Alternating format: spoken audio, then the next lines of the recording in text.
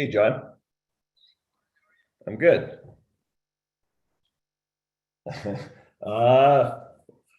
Better, but it's still not an acceptable. Yeah, yeah. It was hot up there yesterday. Holy cow. There's no wind. Really nice day, but still no wind. Yeah.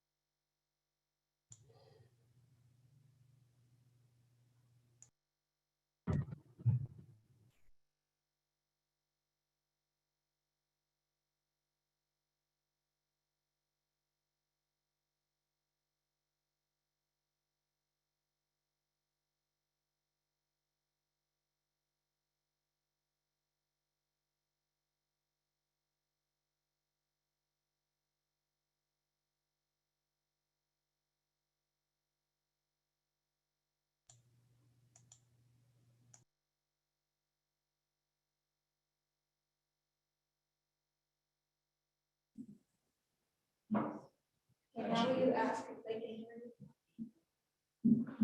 Can everybody online hear me?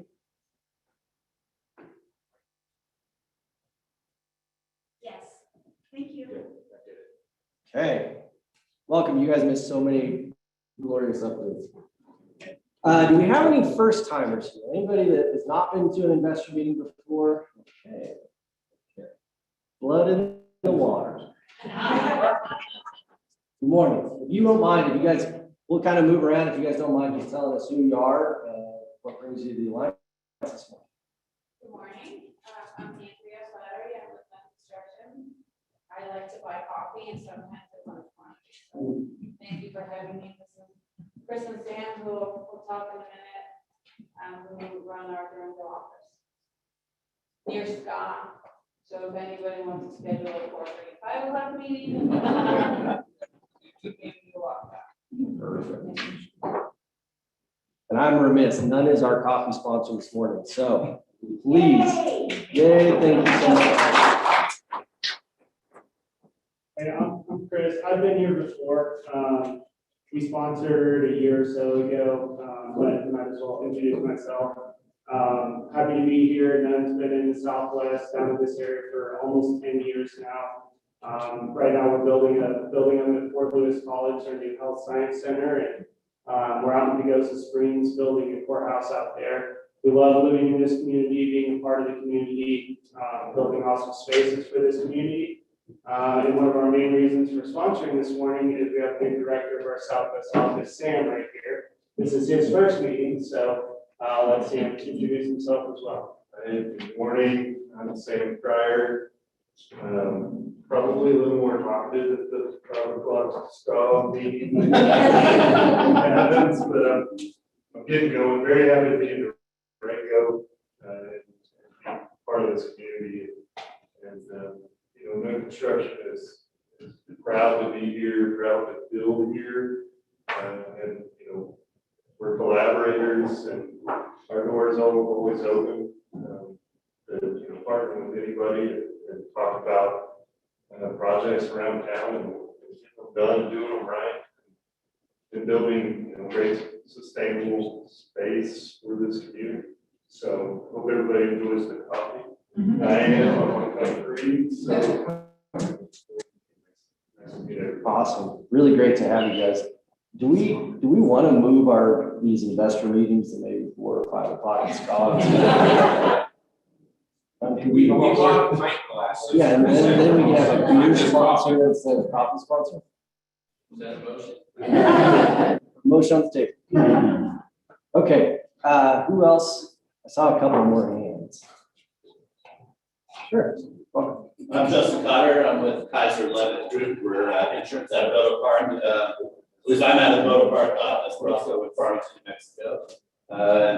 Just got my compliance email from Nunn Construction this morning. See if we get one of those, or two of those are me for different folks that we work with. But anyway, I guess why I'm here, I wanted to be here and had it on my calendar for years, and I finally got out of bed. Awesome. Thanks, Justin. Thanks for getting out of bed.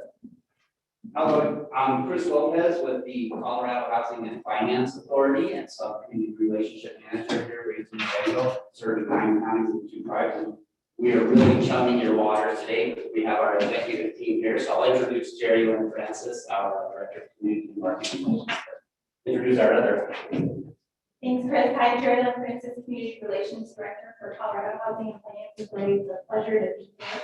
And joined by our Deputy Executive Director and Chief Operating Officer, Jamie Gomez, and our CEO and Executive Director, Chris White. Part of CHAPA's work over the past couple of years has been seeking to expand our community relations and presence all across the state. So we've added staff members. We have Chris. We're so glad to have him with us based in Durango. We have staff based in Meeker to serve the northern western slope, staff based in Pueblo, and also Alamosa to serve the San Luis Valley. And later this year, we'll be adding staff in eastern Colorado, northern Colorado. So really excited to have this opportunity to be more ingrained, to be more of a partner, and to connect and learn more about the housing and economic development needs all across the state, so that we can better partner with you all and reach your goals and visions. So it's a pleasure to be here and meet all of you.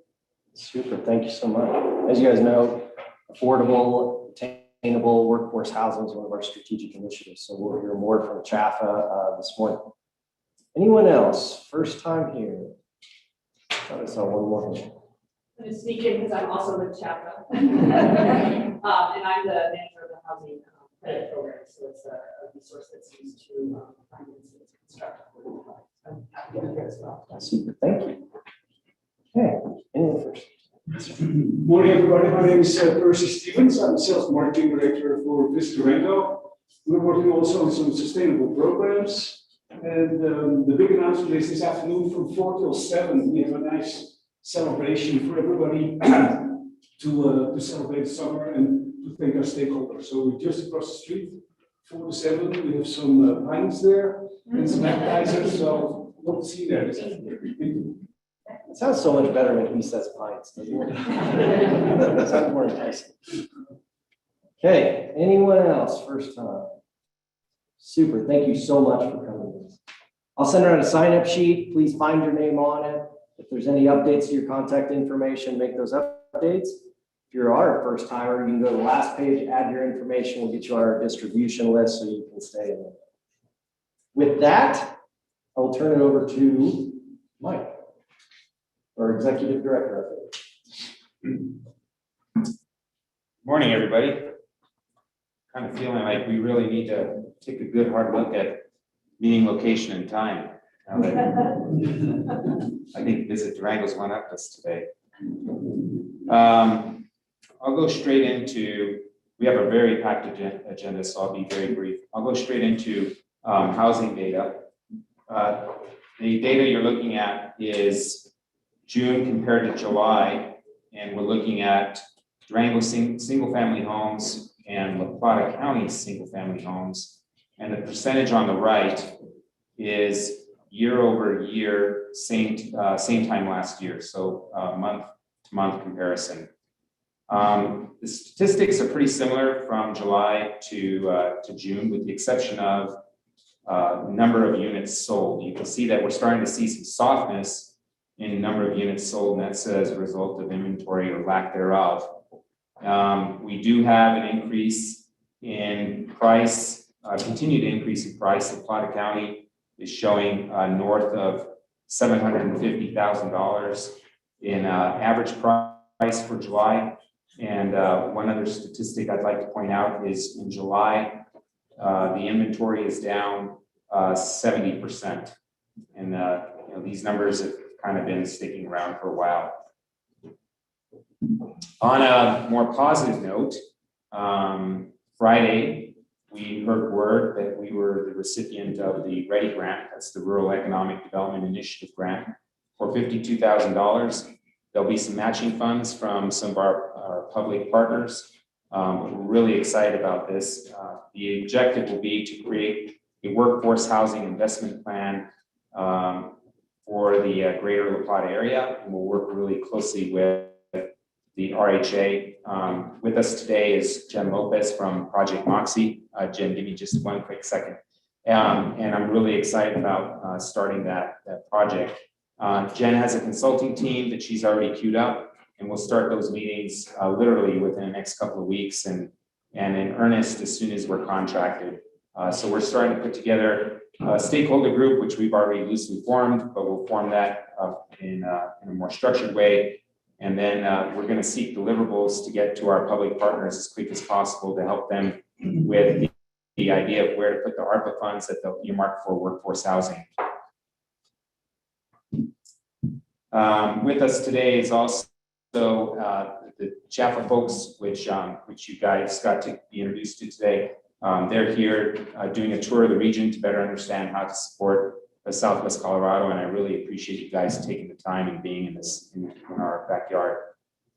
Thank you, Chris and team. The Alliance is also partnered with FLC on a workforce development grant called Sync Up Colorado. The good news is we've been named finalists, the consortium or the group has, and this is a really unique project because it takes a different approach to apprenticeship and skill development program. If we were to be successful with the program, it would fund the program for approximately 4 years, and we would be able to subsidize and actually pay for apprenticeships and internship programs within the community for our employers. So we're really excited about that. I want to call out renewed membership. This was a heavy month, and just bear with me, but I think it's important that we recognize folks that have continued support. SEH, Moorheart Murphy Auto Center, Open Sky Wilderness Therapy and Purgatory Resort at the investor level. At the friends level is Spine Colorado, Durango Mountain Realty, Local First, Alpenglow Properties, Pediatric Partners of the Southwest, Alpine Leadership, Ecosphere, Goff Engineering and Maria's Bookshop, Animas River Wetland and Waterfall Ranch, Boys and Girls Club of La Plata County, Allen Associates, and Phoenix Recycling. So thank you all for your continued support. Lastly, I want to, and Jameson already did this, but I want to plug the summit one last time. The summit is September 21st. We will have the summit in lieu of the investor meeting next month, so please go get your tickets. as Jameson said, we have just an incredible group of speakers. Steve Cadigan just published his book earlier this week called Workquake. It's focused on the workforce transformation that's happening in a pandemic economy. He has been featured on CNN, Wall Street Journal. He's very in vogue right now, so we're really lucky to have him come in and speak to our group. The second person is Corey Richards. He's a National Geographic photographer, as you've heard me talk about, and he has just an incredible heartfelt story that he tells via his imagery about mental health. He suffered from PTSD as a result of an avalanche. He was diagnosed bipolar as a teenager and has still had just an amazing career. Got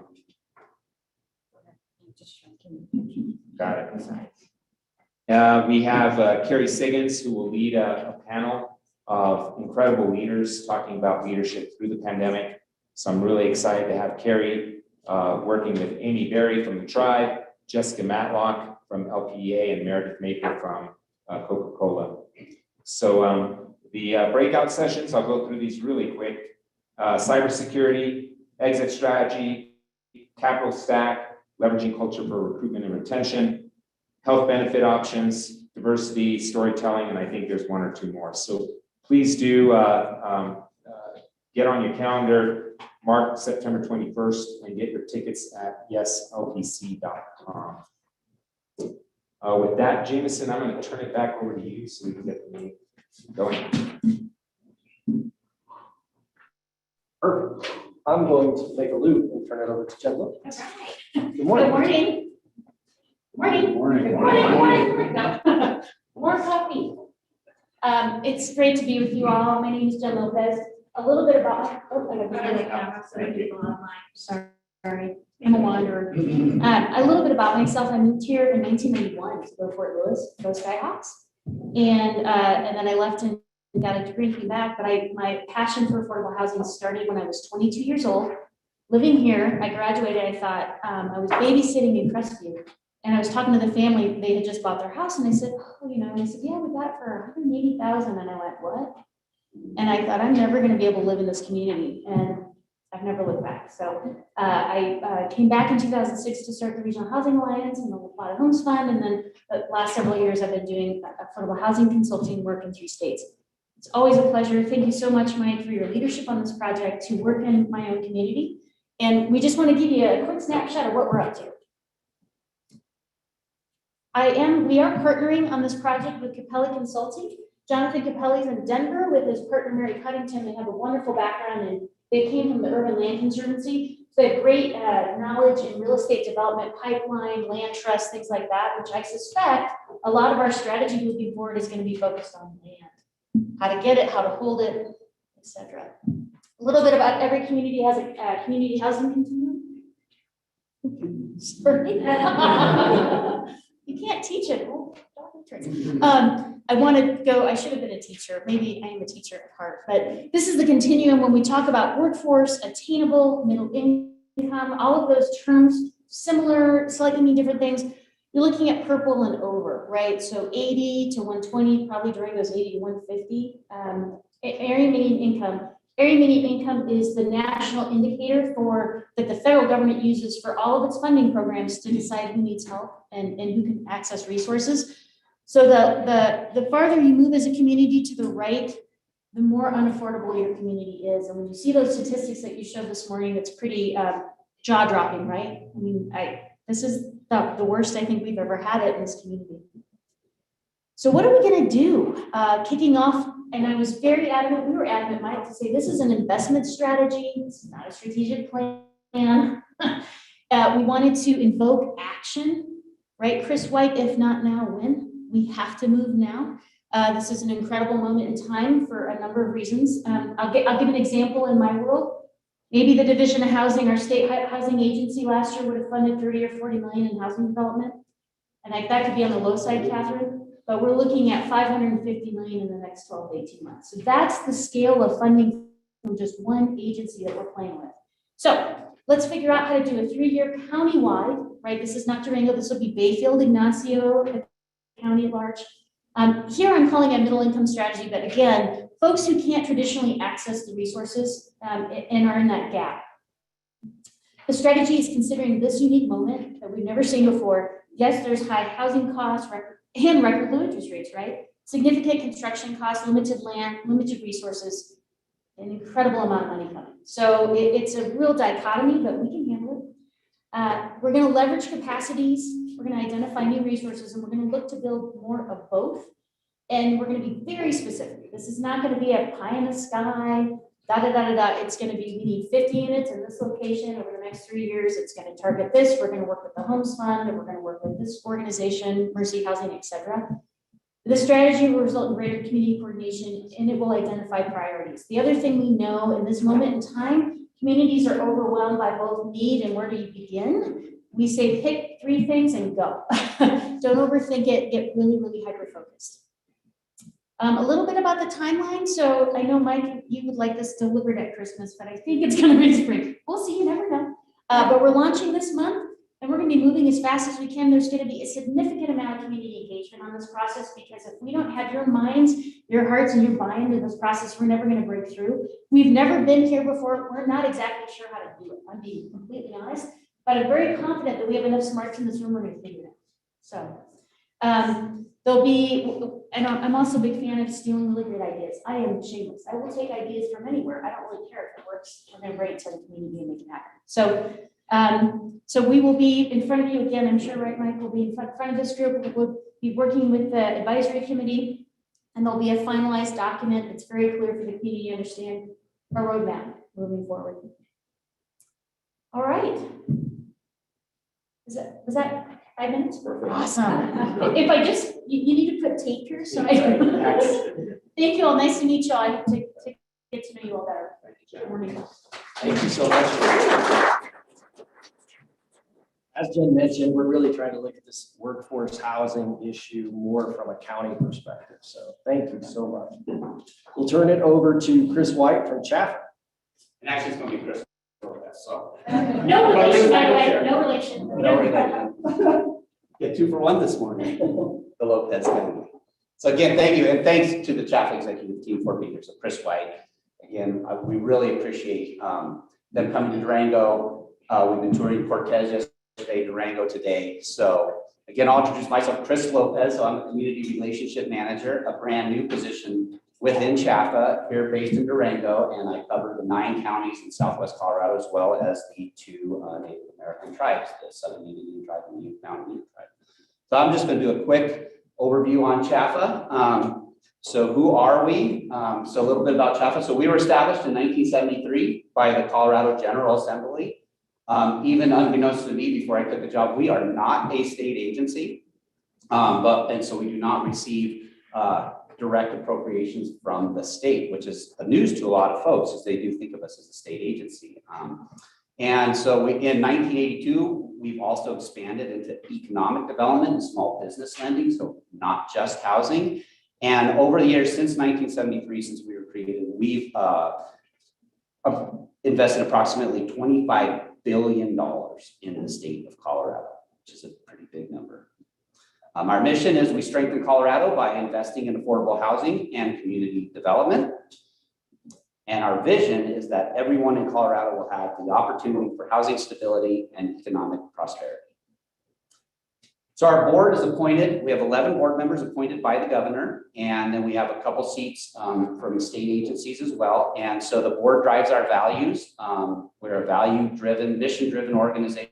Some of our values being that we are diverse and inclusive, mission-driven. All of our funding that we generate through our investment activities, we go straight back into our programs and back in the community. And we're very innovative and getting more innovative by the year. Jen did an amazing job talking about the housing continuum, but again, Chaffin programs, we serve in the housing arena, we cover everything from homeless shelters, kind of on the far left here, all the way up to long-term home ownership on the far right. Market rental development, and kind of shows, generally what Jen was talking about, area median incomes and sort of where folks can generally fall within these different categories. So what do we do? We have 3 big pillars of what Chaffin does. We do home ownership. single-family lending. We are not a primary lender. We partner with over 100 local lenders across the state of Colorado who use our products. So we do single-family mortgage loans. We provide down payment assistance. We partner with organizations like the Homes Fund here with some of those programs, as well as home buyer education. We also do multifamily rental housing development. Catherine Grostup is with our manager of our tax credit team here. And so a couple examples in our community, the Aspero project going up is one of our newest projects. Lumion Apartments, we've been involved with tax credits. So we do multifamily financing and development and housing tax credits. And then what's news to a lot of people that we're not a state agency is also we do business lending and economic development. And that's why we're really happy to be here and be a part of this group. And so do small business lending and some capital access programs.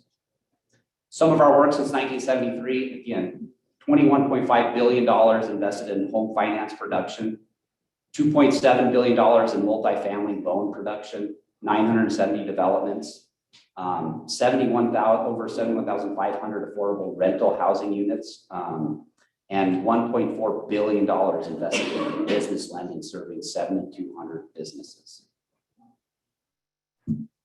Quick snapshot on just 2020, last year during the pandemic. We did $3.1 billion in single family loan volume in the state of Colorado, 326 million multifamily loans, almost $120 million in business lending, with over 10,000 single family customers served.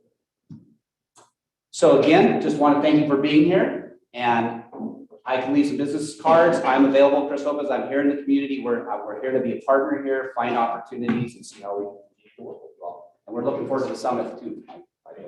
Thank you all. Awesome. Thank you so much. And 97% employee satisfaction is what stands out on that slide as well. Okay, we will turn it over to Tony Picard.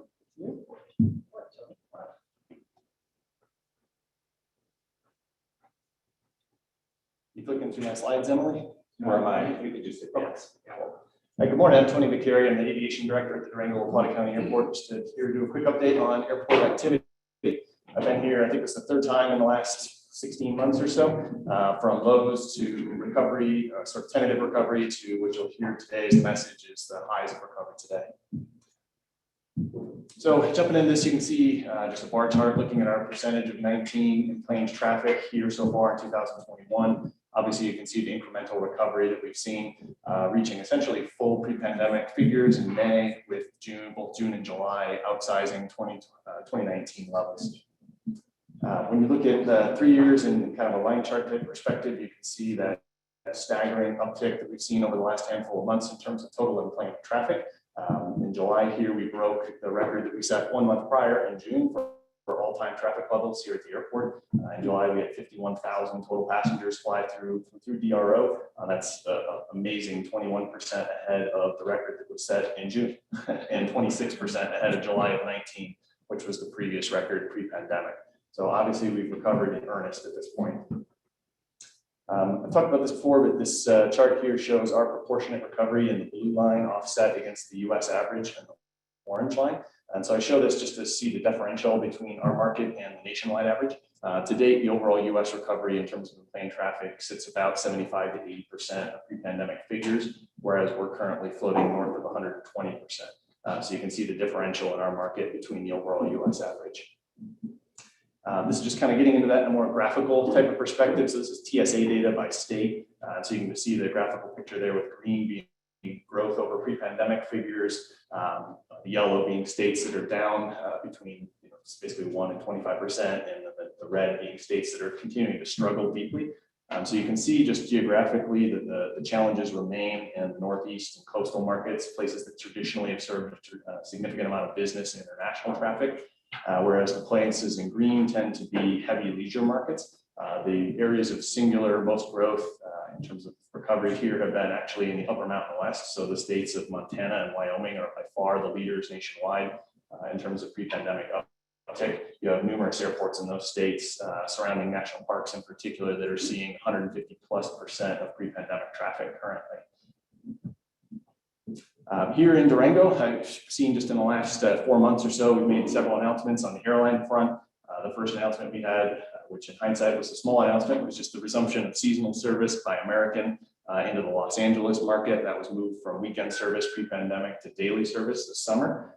That followed up with a big announcement from us with the entry of Delta Airlines into the market. They hadn't previously served Durango since the late 2000s.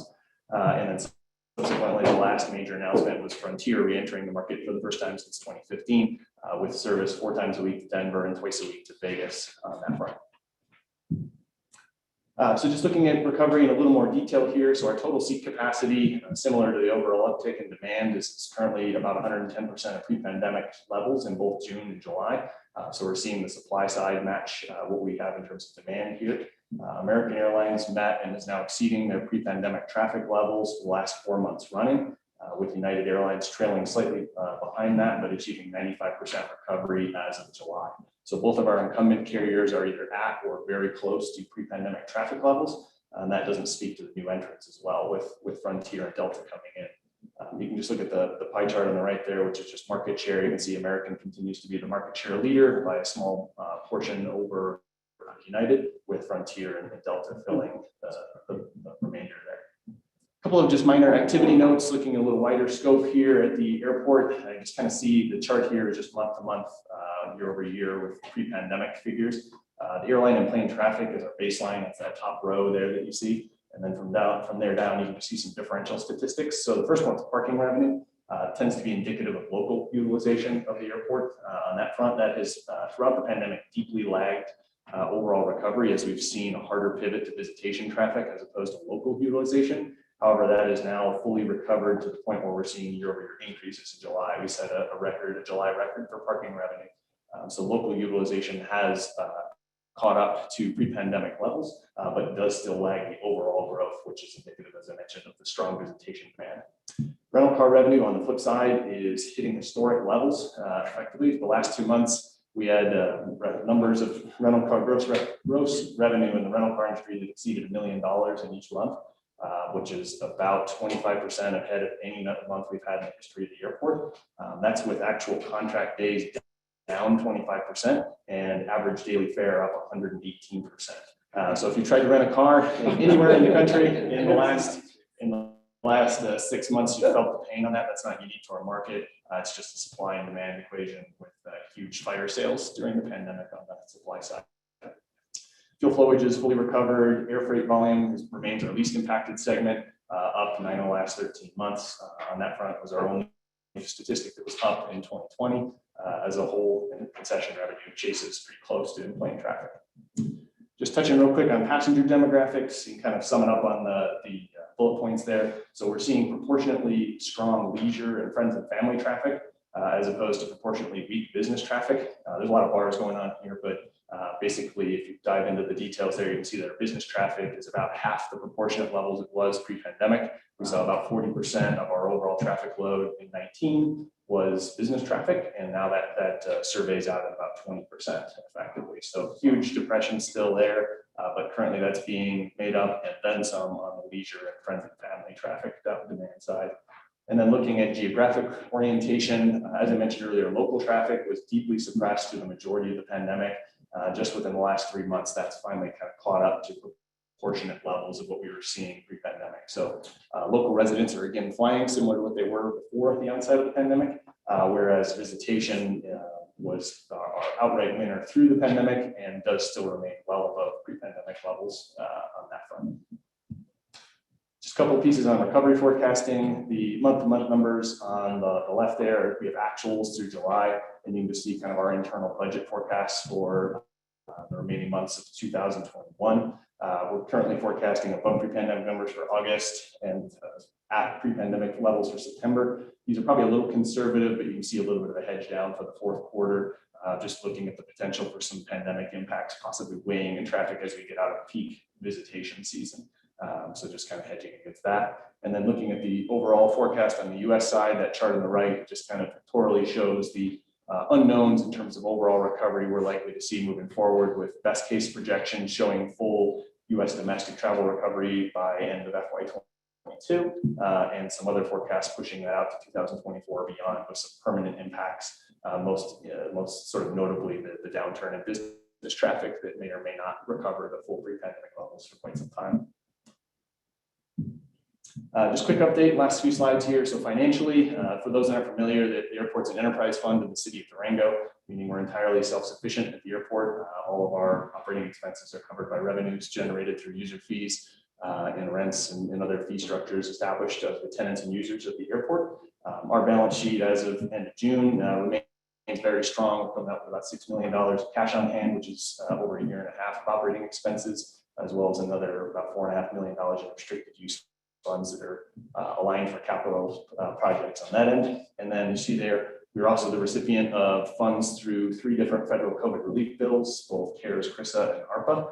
The summation of those 3 bills brings about just over $7 million of operating funding into the airport. We are in the extremely advantageous position, unlike many airports who are still seeing significant downturns in traffic and are needing to use these funds, which were what quite frankly was the intention of the bills, which was just to support the basic operations of airports. As I mentioned, we're in the advantageous position of being able to instead utilize these as effectively a cash flow to jumpstart some capital projects at the airport. So that is a definite benefit we're looking at on our end. And so to that point, I think this is my final slide. Moving forward, probably the most notable of the capital projects that we'll be looking at, and one that the community will be the most visible to the community rather, will be terminal development. So the terminal is something that's been discussed at our airport for the better part of a decade, since well before I was at the airport, and has been a bit of a tough nut to crack in terms of how to deliver a project that aligns with our demand needs and available resources effectively. In 2020, we overhauled our terminal area plan, which realigned our vision for terminal development to essentially look at the existing footprint of the terminal and looking at renovation and expansion options to match today's needs and future impending growth as well. So we won't dive into the depths of it, but long story short, next week, the Airport Advisory Commission will be reviewing a draft scope of work to initiate design on the first and second phases of terminal development, with the idea of us potentially pushing forward with what we're effectively deeming an enabling project, given our sort of somewhat surprising cash flow position with the COVID relief bill funding, as I mentioned earlier, to take a small bite out of the proposed future development and get some movement on us, because we have today very near-term needs in terms of overall infrastructure and facility needs. So looking at jumpstarting that in the very near term, hopefully with design starting in the next 60 days. So keep an eye on us as we're moving forward. And that's all I got. Tony, there was a question in chat of whether Frontier Airlines is leaving or if they're staying. Great question. So Frontier, when they came, made their official announcement that the Las Vegas 2-time per weekly service would be year-round service. That remains the case and should continue in perpetuity. The Denver service, which is 4 bi-weekly, was initially pitched as seasonal, with the idea being that the sales period would be from early June through mid-September. As of today, they've extended that booking window out to at least the end of October, and we're currently in discussions with them about kicking that window out through what we're hoping is permanent year-round service. So just had conversations with both Delta and Frontier earlier this week, and thankfully both of those new routes, which can be a bit tricky when you're entering a new market, those tend to be very volatile and vulnerable, especially if you have some retaliatory pricing options come in from the other carriers to try to fend that off. In our case, the level of demand has filled the boat of not just the incumbents, but the new entrants. So at this point, I'm cautiously thinking that we're likely to see the Frontier Denver service remain as a year-round option, possibly with reduced frequencies through the slower periods of the winter. Yes. What's driving the difference between our appointments and the national? Yeah, great question. So really the national figure is dragged down by the laggard markets in particular. So what you've got is coastal markets, business markets in particular, that are still seeing 50+% reductions overall. So if you look at a LaGuardia, LAX, heavy commuter business type markets are still seeing huge downturns. So that's really dragging the US average down as a whole on that end. And then you also have areas that are a little more pandemic impacted that have been a struggle on that front. So it's kind of the buoying effect of the severe downsides on the average there, and then our upside relative to the severe visitation demand that we're seeing with leisure traffic that is just outsized and historic really in its proportions effectively. All right, thank you very much.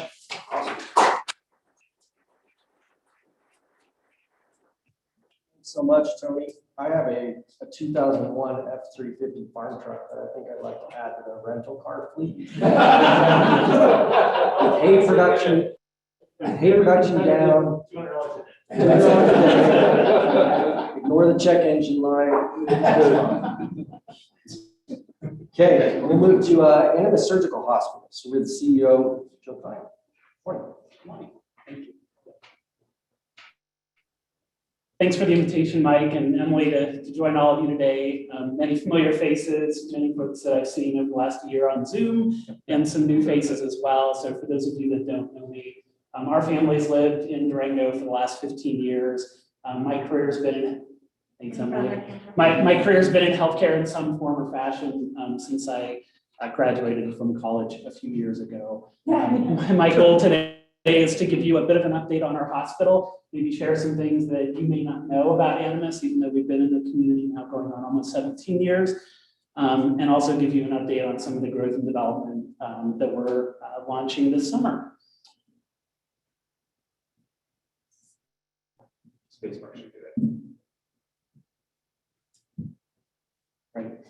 So just a big highlight on our hospital. So as I said, we've been in the community for almost 17 years now. We're actually a locally owned hospital. I'll dive into that in a moment. We're purpose-built for surgery, and so most individuals in the community think of us primarily when they need surgery, but there's many other things that we do to serve the community. Currently, we have 3 facilities across the community. Our main campus is at Rivergate. It's off Highway 3 in Sawmill. We have a second facility that's in urgent care. It sits kind of where Zia's is on the south end of town, just across the river from where our hospital campus is. And I'll touch on a new facility that we just opened. Actually cared for our first patients yesterday in the facility. So really excited to be delivering care in a third facility. Our main hospital campus, as we start communicating different locations to the community and especially to patients to find us, you'll hear us talk about our main hospital campus as Animas Surgical Hospital at Rivergate. You'll hear us talk about the surgical center as the Animas Surgical Center at Escalante near the middle school campus. Our main hospital has 5 operating rooms. We have a minor procedure room in addition to that. We have 12 inpatient beds, so we take care of both patients that need surgery and can go home the same day, as well as patients that need surgery and may need to spend 1 or more nights in the hospital before going home to recover. Lesser known is we operate an emergency room, and we've done that since almost the first year that we opened. We have 4 bays in our emergency department, one of which is a designated trauma bay. When patients come to our emergency department, most patients are able to go home and recover, just discharged to home. In the event that somebody does need to be transferred to a higher level of care, we have relationships with hospitals around the state of Colorado as well as New Mexico. Because we're an independent local hospital, it's really up to the family and the provider as to where the best care is going to be provided if it can't be at our hospital. We coordinate transport with the air service that's over at Mercy out of the airport at La Plata County, either for fixed wing or for rotor to get patients where they need to go to a higher level of care. We also offer a whole host of imaging. So we've got an MRI, CT scan, radiology, and ultrasound, which either can be for patients that are admitted to the hospital, or if you just need imaging, that can be referred to our hospital as well. And another little known piece of our business is we operate a 2-provider internal medicine practice. So the 2 physicians there both take care of patients on an outpatient basis. They also care for patients who are admitted to our hospital and may need care when they're in our walls after surgery. They also do a lot of pre-surgical clearance for patients prior to coming into the hospital for care. Our urgent care is what you would think of for patients that just need care for minor injuries, illnesses. It's interesting in our community, as we're talking about visitors coming in, our urgent care sometimes sees the same acuity level that our emergency department is because it's easy for visitors to find. Just 2 weeks ago, we had a patient that was from out of town, new to high altitude, had some chronic conditions, presented to our urgent care, not to an emergency room with their oxygen sat so low that everything stopped within 5 minutes. Durango Fire and Rescue was on scene to transport the patient to the airport, who was transported out of our community to receive care. So while we think of an urgent care sometimes as just, oh, this is where I go for my minor things, with a lot of the visitors that come, that's the first place they know to get care when they're not feeling well. Out of that facility, we also operate an occupational medicine program. So take care of many of the employers in our community when they're injured at work and need to be able to be cared for before they can safely return to work. So part of being here today is to share with you our story of growth. So if you go back to around 2008, I think is the last statistic I pulled up, we performed a little over 3,000 procedures in our hospital. Just last year, even in the midst of a pandemic, we cared for over 5,000 patients that needed surgery. And so that level of growth has continued to create a demand within the surgical space that we have at our current facility. For a number of years, for those who've been following our story, we've been looking at opportunities to expand either on our campus or off to really care for people that live in our community, as well as care for folks around the region that need surgical care. Late last year, we had the opportunity to work with a developer who was from out of town, who was developing a surgical center over at the Rocket Point campus. And so late last year, we entered an agreement to bring that facility back under local ownership and not have an out-of-state developer owner operating the facility that it's opening. Over the course of the spring, we've completed the development. As I mentioned yesterday, we performed our first cases. Last week, we received our license from the state of Colorado to begin operations, and really excited to have a place to grow as our community grows. As we open that facility, we'll be primarily performing ear, nose, and throat and upper extremity surgery, and then over time, we'll see what the need in the community is to grow both our hospital as well as that surgical center.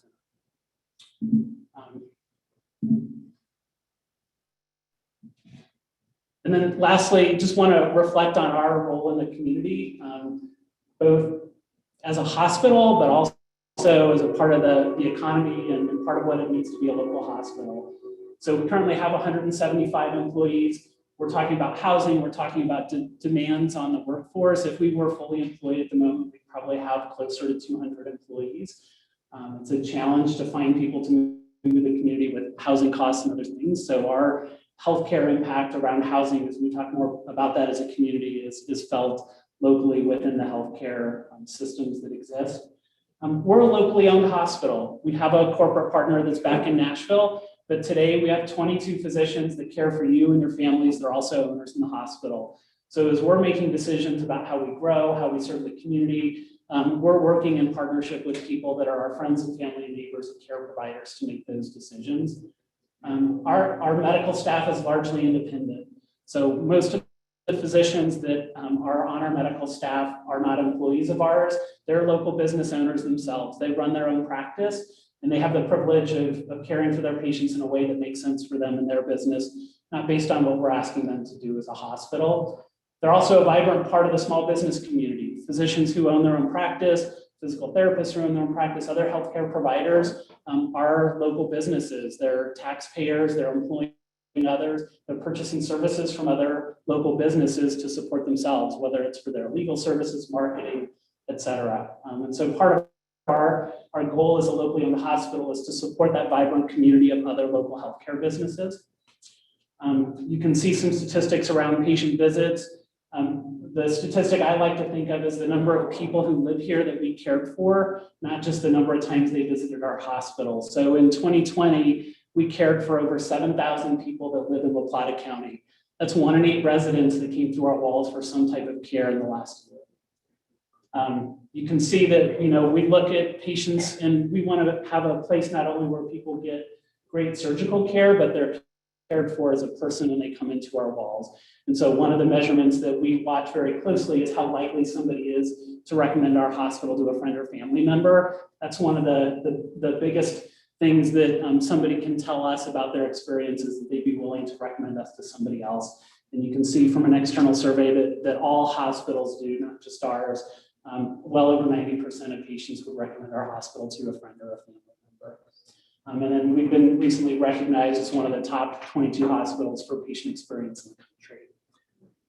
I think that the last thing I'll just leave you with as we think about housing and economic development and those things, as we start thinking about housing solutions, healthcare, education, public services like fire and police and others really make the cornerstone of a community that can grow. It makes it a place where as local businesses, we can attract others and provide a great climate.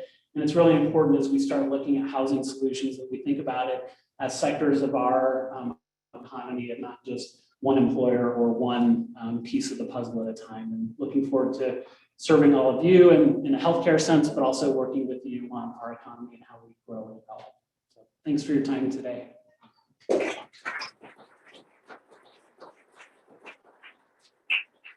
you so much. That was a great update. We'll move on to bond of business with Lynn Compton. I don't need it this morning, so I'm just gonna pitch it. Perfect. Okay. Emily will give us an update on bond of business. We will more than likely run 5 or 10 minutes over 9 o'clock. Not because of Emily.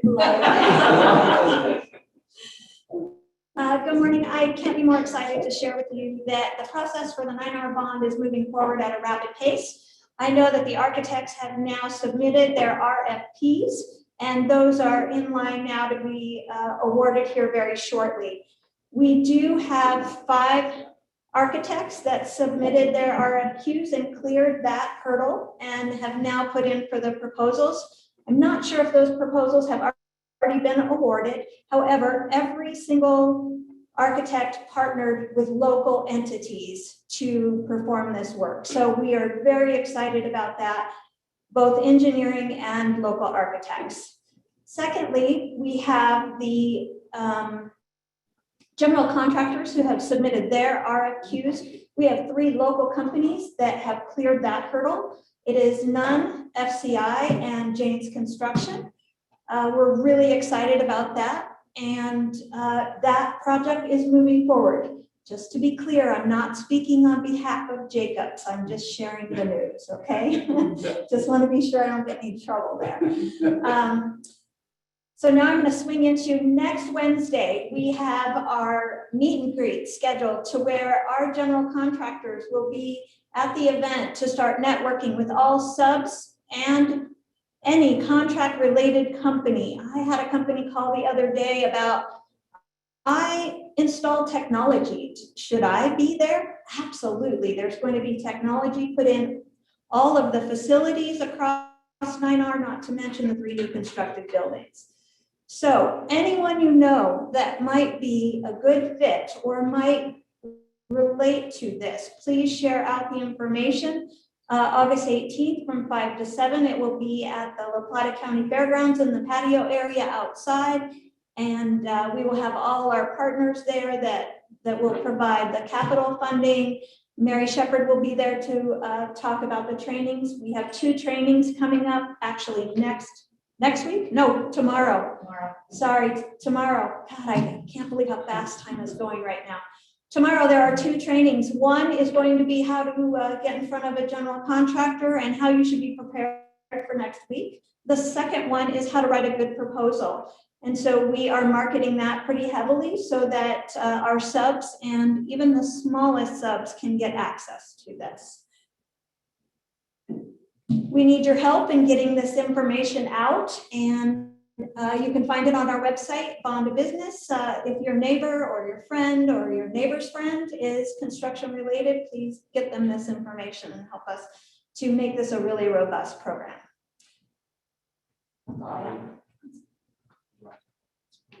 Yep. Do we have slides for that? Not like we're not busy enough running the Economic Summit. We have 2 other really great events. We have partnered with the Southern Ute Indian Tribe to bring in a demystifying entrepreneurship program. The Lead School of Business at CU Boulder is sending down Eric Mueller, who is going to provide this training.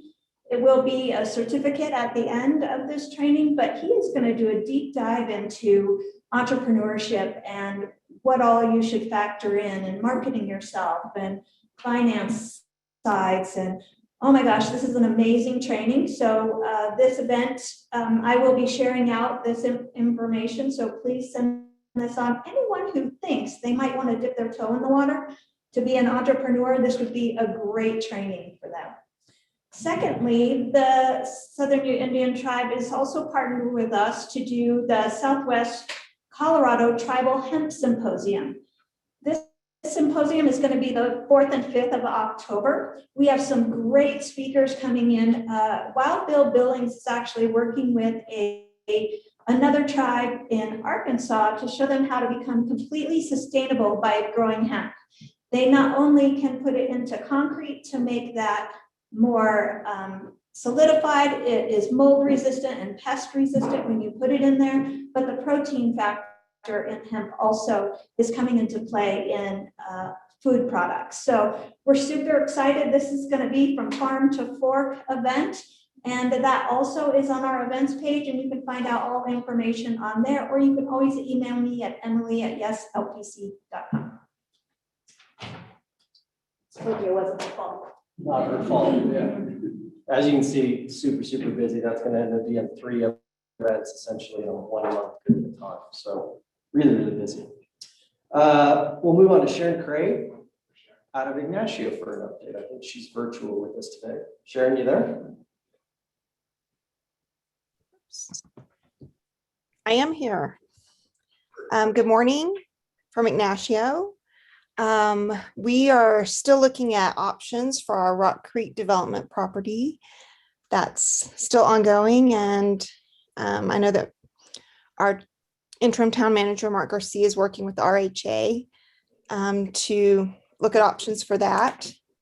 We're also supporting Fast Tracks as they go back into the grant funding process with DORA. Also, we're looking at some exciting downtown revitalization projects. There's a lot of funding out there for that. And we have some different entities coming in at the end of the month to kind of help us discuss that and start that planning process. The most exciting thing is our 5th annual Green Chili Fest and Cook-Off. And we are bringing in the Secret Circus Society performers, as well as Tyler Gummersall and Kate Williard to perform for us. So that's going to be a really exciting time. That will be on Saturday, September 4th, which is Labor Day weekend. So if you're in town, please join us in Ignacio. Thank you. Super. Thank you so much, Sharon. We'll move to the town of Bayfield. Got Mayor Tarkett.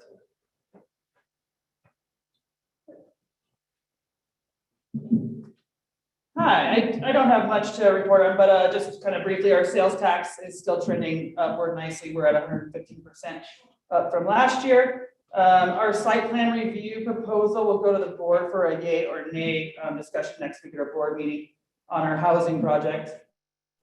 Tonight, Planning Commission, we have an open work session to talk about economic development and environment and recreation, kind of seeing where Bayfield wants to go on those, and just always know that it's budget season, so budget and housing discussion, we will have open work sessions for the community on the 4th Monday of every month, town hall, 6:30. And I know there is a lot of chatter out there on our housing projects, so I just encourage the community, if you have any questions, show up to these, email me, call me, you know where to find me, but thank you. Super. Thank you, Mayor Tarkington. Move to the city of Durango. We've got Mayor Baxter.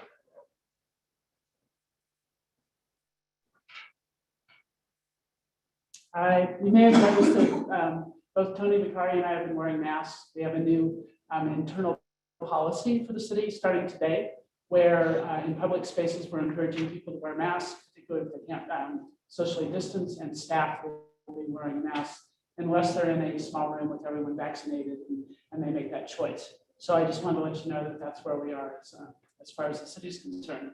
Additionally, housing, really exciting. I'm having lunch today with Chris Lopez and the gang.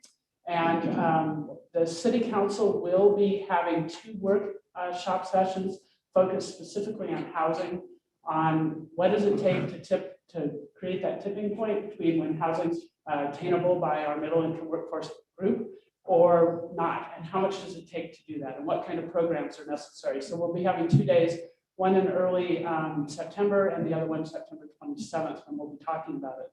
And one of the reasons why this is so important is because we The staff has been working on budgets, but the council doesn't get those budgets until October. So we'll be able, this will be for next year. So we'll be able to take what we learned in these 2 workshop sessions and apply them to our budget for next year and work on ways to find ongoing funding, not just this upfront great money that we'll be getting here pretty soon or that we already have like ARPA. So I'm very excited about this. I see this coordination of all the groups in our community coming together, the conversations we've had today, just incredible. It's awesome. And one final thing, we do have a new staff member joining us tomorrow. That will be Turi Nykum, T-U-R-E, so I always have trouble knowing how to say it. He'll be our new Parks and Rec director. He'll be virtual for about 3 weeks and then he'll be here on site. So if you see him around town, welcome him, say hi, let him know what you want to have happen with Parks and Rec. Thank you. Super. Thank you so much. Commissioner Solka with Lottie County. Morning, everyone. Matt Salton, County Commissioner. So a couple updates. Starting tomorrow, our Lapata County Fair is going on. So please check the website for the scheduling of events. Also, too, as well, August 17th, we're going to have a work session to formalize the ARP funding process. This will be a public event further on after we formalize the steps to get involved as a public. As well, too, is I just want to also update, I have this Thursday as open office hours at Bayfield. The commissioners will be rotating throughout the county monthly to go to different areas of the county to be able to reach to any constituents, any concerns, comments, questions. Please reach out to us. And as well, I also want to stress, it's not just don't wait for open office hours. You can reach me at 970-382-6217. Contact me anytime. Also too, as well, on my side of things, for a county commissioner, is broadband is very important to me, as it is for all of you. But this week we have county staff, the Southern Ute Tribe and LPA working together on trying to figure out ways of partnering together throughout Lapata County to work on a broadband initiative. And that's what I have. Oh, the last one is stage 1 fire restrictions were lifted on July 27th, but I still want to stress, please, to be aware of your fire use for campfires, and it's still dry out there, and please be careful. Thank you. Thank you so much, Commissioner Solka. I would echo those comments. Please don't light anything on fire on behalf of the fire department. It is Fair Week, so 4-H FFA, that still is a very integral part of our community, and those kids work their tails off. So if you haven't been to the fair, I encourage you to get down to the fairgrounds at some point this week. Lots of neat projects with these kids that work all year to put them together. Go hang out, ask questions, pet a pig, get involved. Emily, any other questions, comments online? No, sir. Any other questions or comments with everybody in the room? Okay, we got done reasonably on time. Okay, thank you all so much for coming. I know we've got lots of meetings with Chapra. If you guys have any questions or comments, grab one of us. We'd be happy to answer. Thanks so much.